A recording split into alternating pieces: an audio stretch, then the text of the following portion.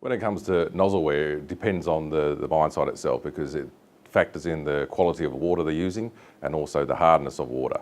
So generally, what I usually say with the customers, if you're running it 24/7, you should be replacing nozzles at least every 3 or 4 months.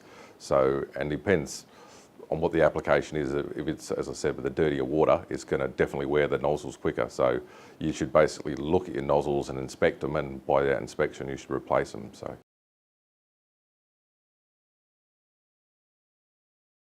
We supply more than just nozzles. We do supply strainers. We've got to filter the nozzles, which actually protect the nozzles. We supply spray bars, standard spray bars, but then we also supply spray bars with brush headers in there. For some customers, there are hard to reach places with nozzles, so brush headers, they have wheels which have brushes inside, and you can actually clean the nozzle so it'll unblock them. But also spray guns, and yeah, and we got automated systems as well. We certainly supply more than nozzles. Nozzles are our base core project, but we also supply anything from a nozzle to a spray bar to a valve assembly to the control system. So basically we can give you either just a nozzle, or we can do a complete solution for you with the engineering design.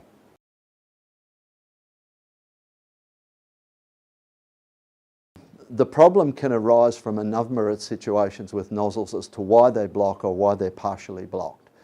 First of all, the first place you look is at the quality of the water. If the quality of the water that you're feeding to the nozzles is contaminated, or it's processed water, you may need to look at filtration.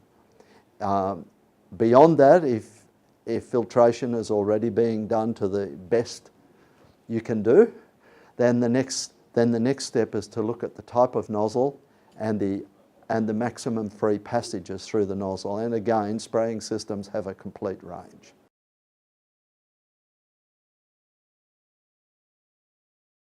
Okay, the types of nozzles we use in the mining industry, and specifically a VeeJet nozzle, is one of the most common types used in the mining industry for dust suppression. The reason it is used is because the maximum free passage through a VeeJet is much larger than any other type of nozzle on the market. So we use that design frequently with dust suppression. Plus also the nozzle itself produces a relatively fine drop, which is ideal for dust suppression.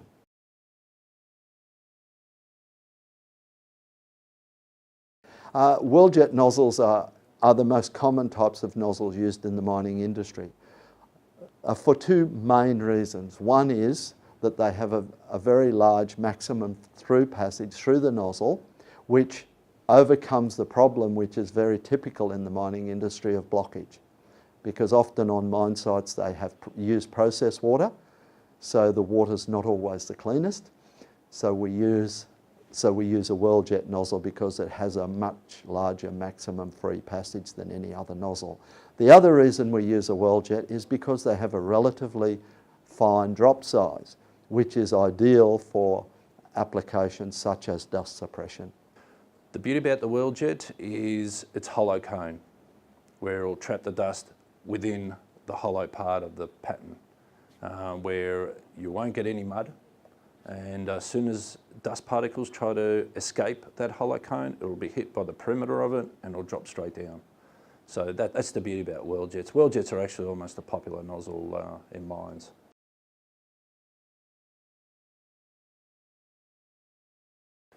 VeeJets are great for adding moisture to conveyors that actually prevent dust from being airborne further down the line.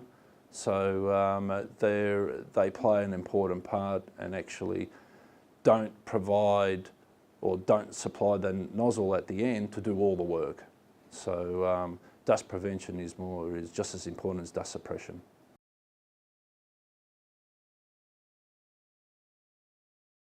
Well, the VeeJet's a fairly standard nozzle, but it's a flat spray pattern. Comes in brass or stainless. It's typically used for applications where you need to wet product, the coal on top of a conveyor or underneath the conveyor.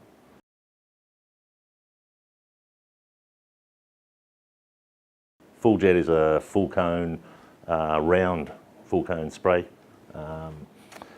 It has various orifice sizes, probably not the best nozzle to use if you've got dirty water, but again it's more of a wetting application. The VeeJet, this produces a full cone nozzle spray. Generally you'll use it more as a dust prevention alternative, so you're basically going to cover everything in the range of that spray, which is usually around an average about 60 degrees.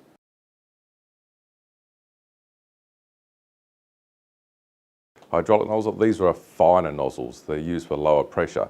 Generally in the mining industry we don't use them because of the small orifice size they have. They block quite easy, so unless you've got very, very clean water, usually you stay away from these, but if you've got low pressure and clean water, they're a very good solution for fine spray droplets.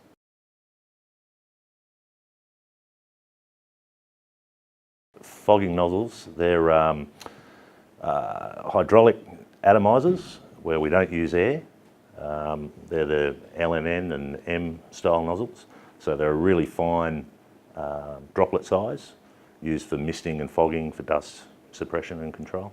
Fogging nozzles are a nozzle which exhibit a fine fog, or as we may put it, a fine droplet size for many different applications.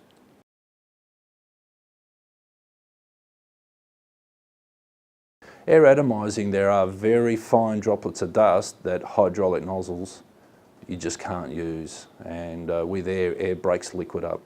Hence you can get very small droplets, and yeah, so air atomizing is commonly used for many applications.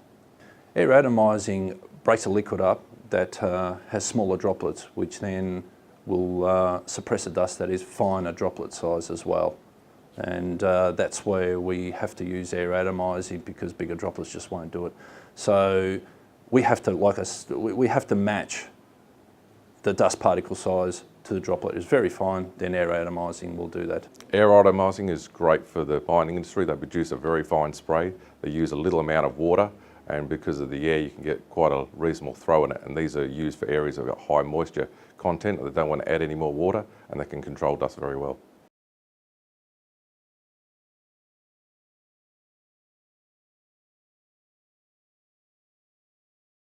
Okay, on most mine sites, yes, they use processed water, and that can be a problem. So filtration is your first port of call in solving that problem. Spraying systems has a wide range of inline filters that can assist with that problem. If filtration doesn't solve the problem completely, then we need to look at the type of nozzle we're using to see if we can use something with a larger maximum free passage through the nozzle. And often that will point us to a nozzle like a VeeJet nozzle.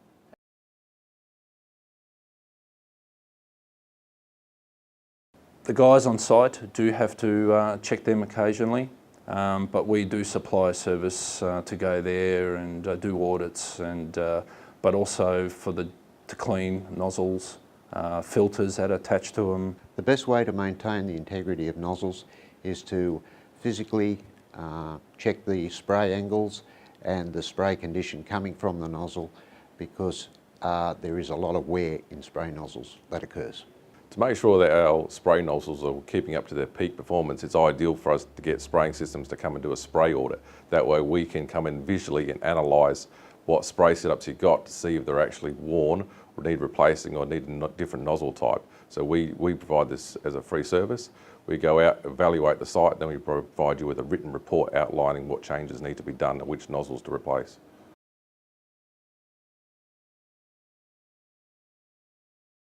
To visit sites, I'm available anytime customers need me to. I can hop on a plane the next day and travel in the middle of South Australia, as I normally do. So that's not an issue. It's not on a planned route where customers have to wait 2, 3, 4 weeks. I can pretty much go the following day or the following week whenever they want. I'm available whenever required for site visits to inspect or advise on spray nozzles.